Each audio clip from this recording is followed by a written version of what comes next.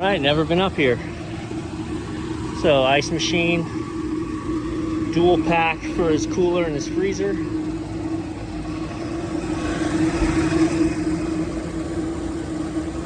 Okay. Pressure washer. Left their nozzle here. Splattered grease all over the condenser coils.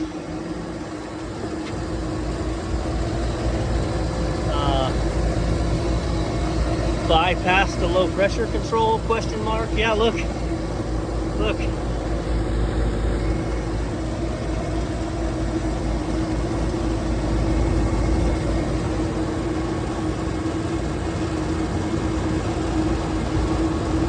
I don't understand people, man.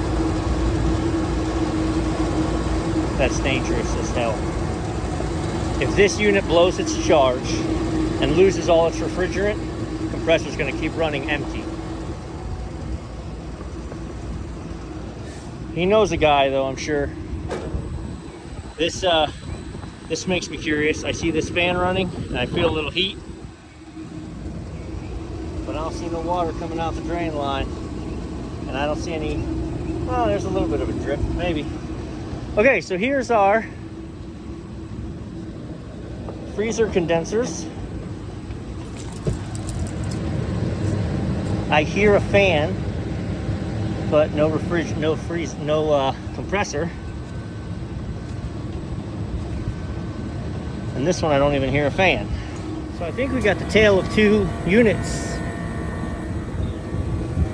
I hear a compressor, but don't feel any air. I don't think we got a fan. And here, we got a fan and no compressor. I was mistaken, we do have a fan, but boy, there's a lot of heat coming off of this thing. And why did my compressor just cycle on?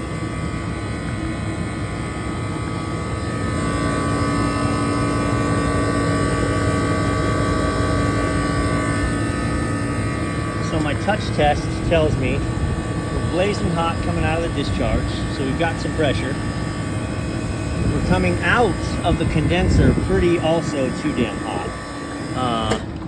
So we're going off on high pressure. This is very, very hot. So even though our fan is spinning, our coils are completely impacted.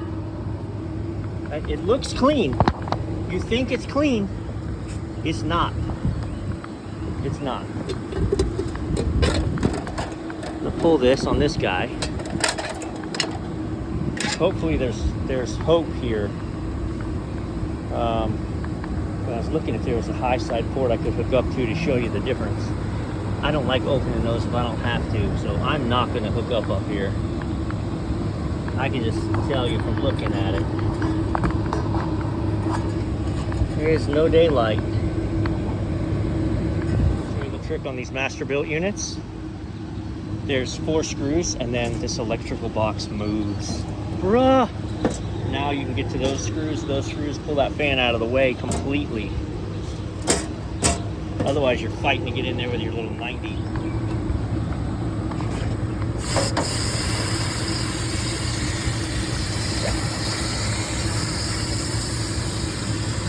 Look at it. Pure brown. Pure brown. Looks clean, right? That's because the rain hits it from this side. When it's off,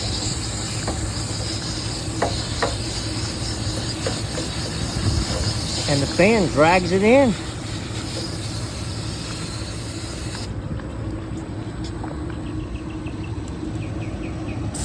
I brought some actual coil cleaner up too, but I want to go ahead and do what I can to get this out.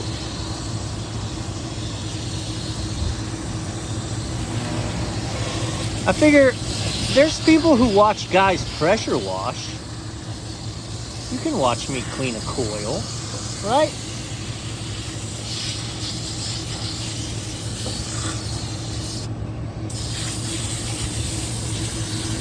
Terrible, man.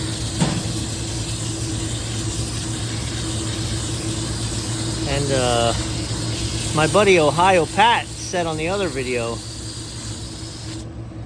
like, oh, I thought I was the only one. Like, you can't leave this like this. You gotta wash all this away when you're done or it's gonna get sucked in. And that's not a me original thing. That's Chris over at HVACR videos. You know, when I was coming up, but I mean, I've only been doing this. I mean, I've been where I'm at for 10 years, but I was the facility manager for 6 years of that. It's only been the last 4 years I've been kind of like full on teching it out here. And when I was a facility manager, I was watching Chris. You want to help me out? All right, I wish I would have put my FLIR on it before and give you real science, but I can tell you. Let's see. We saw it kick on and off. Okay, and we don't know why, but I'm telling you it's high pressure. And based on the touch test, this is blazing hot. Ha! This is tepid. Now let's look at our refrigerant. Give it a minute. It may be short on gas as well, which maybe not. Give it time to see what happens there. Don't know if you can hear me or not with that wind blowing on me, but. Yeah, so before I even had gauges, right? I wasn't even an EPA certified guy. I was learning about refrigeration and how it worked, and I found a chart. Maybe I think I have it in my Google Drive. If I do, I'll post it here.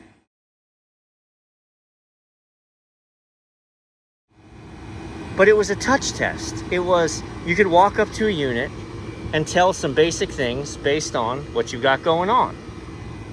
Super hot discharge line. You know you got a compressor running. Super hot liquid line coming out, you know you're not getting proper cooling. These were almost identical. I can't hold on to that. That's 140 degrees. This is now 85 degrees. Looks like my sight glass is indeed flashing. Okay. Suction line coming back after the TXV, right? And then it's about touching out the TXV now. I got some cool sweat coming back. So I think we are gonna gauge up to this here.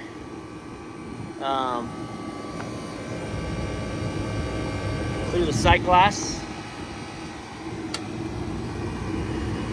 And we're gonna watch this guy pull down downstairs. And while that's eating, we're gonna check the, I just did a video on a cake freezer, so check that out. We're gonna go down and verify that that thing is 0 degrees, a blast freezer. And then we're gonna figure out why this compressor isn't running. And that scary part to that is this is a 2016 compressor. This is a 2023 compressor. No bueno. Yeah, I'd say we're good. Talk about some Donkey Kong crazy town stuff. I'm standing in the building. I'm in a Dairy Queen, by the way. Ladder's over here if I'm on the roof. Ladder's over here. I walk past this giant air conditioner. I come in. Boom, here's my condensers. The condenser that's now working, the right condenser is this one. Because we're 22 degrees. And that one, we still got nothing. The condensers are backwards. It doesn't matter. It works. But it's like, really? Really, guys? Yeah, so this one's back in action. Let's go upstairs. I left my meter down here. That's why I really came down. Let's go figure this compressor. See what I mean? Like, dumb guys like me don't need any more challenges. I guess if I'd have paid attention, I'd have seen that the line sets. Why? Why? Why run this line set to that and that? You know, I'm just a dumb equipment guy. Let's take a look. When we push this in, let's see what the compressor does. And click. Oh, 45 amps, and she drops out. Let's pray for some start component problems. My 148, 175 cap's reading good, but my 30 is not. And I'm going, man, do I have a 30? Damn right, I got a 30. I wasn't sure if I would or not. Let's go. Here's the new one. Here's the old one. Hopefully that's it. Nope. Still didn't start. Alright, my phone's gonna die, but I'm gonna do what I can do. I just checked the Copeland app, took some screenshots. we're supposed to have 3.1 amps, or 3.1 ohms of resistance here, and I got 3.5, and it's supposed to have 1 here, and I have 1.3.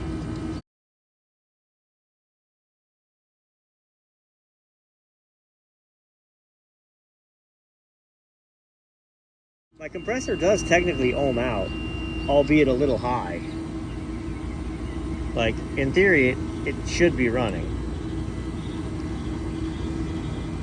So here's the thing. I'm on the common and I'm on the start, right? And I'm on voltage. When I put this in, I'm getting 210 on common and start. So the compressor is being provided the power it needs to start. It's not starting. That compressor's locked up. The run's irrelevant. It should start and then drop out. Well, we know that cap was no good. I would venture to say that the thing without a run cap just kept tripping out, overamping, shutting down, overamping, shutting down. Eventually the inside overheated so bad it's just locked up, can't run. The end. I looked it up, it's not under warranty, boo. So this compressor is short to ground and capped off. Equally, low pressure control removed. And then the other side that's not dead yet is gonna be, because the low pressure control is removed. And it's on a T. They could just add another one and they haven't. Infuriating. And again, this should be making more water than this. 8 of 12. Oh, she's in a defrost. She just started a defrost. But beautiful. That one needs a compressor.